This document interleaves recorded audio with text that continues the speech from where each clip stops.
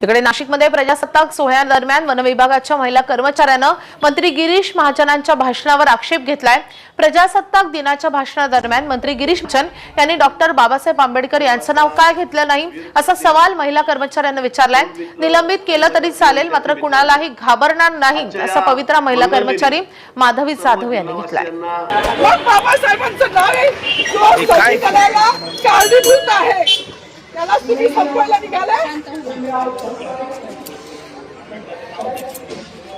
पालकमंत्र्यांची फार मोठी चूक आहे मॅडम, माफी मागणार नाही, पण पालकमंत्र्यांनी त्यांची ही चूक पत्रात घ्यावी। नाही आता राहू दे, जसं तसंच राहू दे।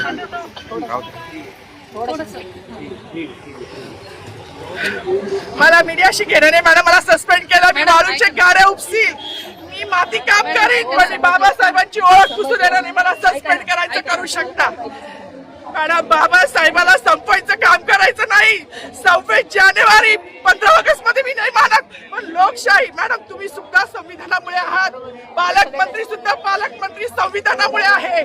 कोणताही जाती भेद नाही, सगळी समानता त्यांनी दिली आहे। आमच्या कानातुरात होते बाबासाहेबांचं नाव आता तरी भाषणात येईल, मग तरी भाषणात येईल। ज्या लोक संविधानाला लोकशाहीला कारणीभूत नाही त्यांची नावं वारंवार घेतली गेली, मग जो संविधानाला कारणीभूत आहे तो प्रजासत्ताक दिनाचा जो मानकरी आहे त्याचं नाव भाषणात का नाही? कोणाची गाडी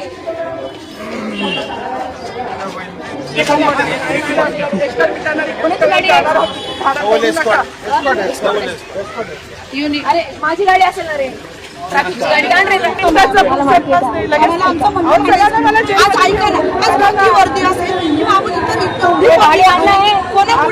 वर्दीवर मतदान करू शकतो,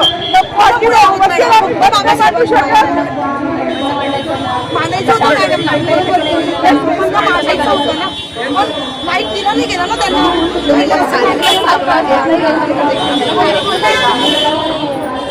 चला ना मॅडम, ती स्वतः मॅडम मान्य करते।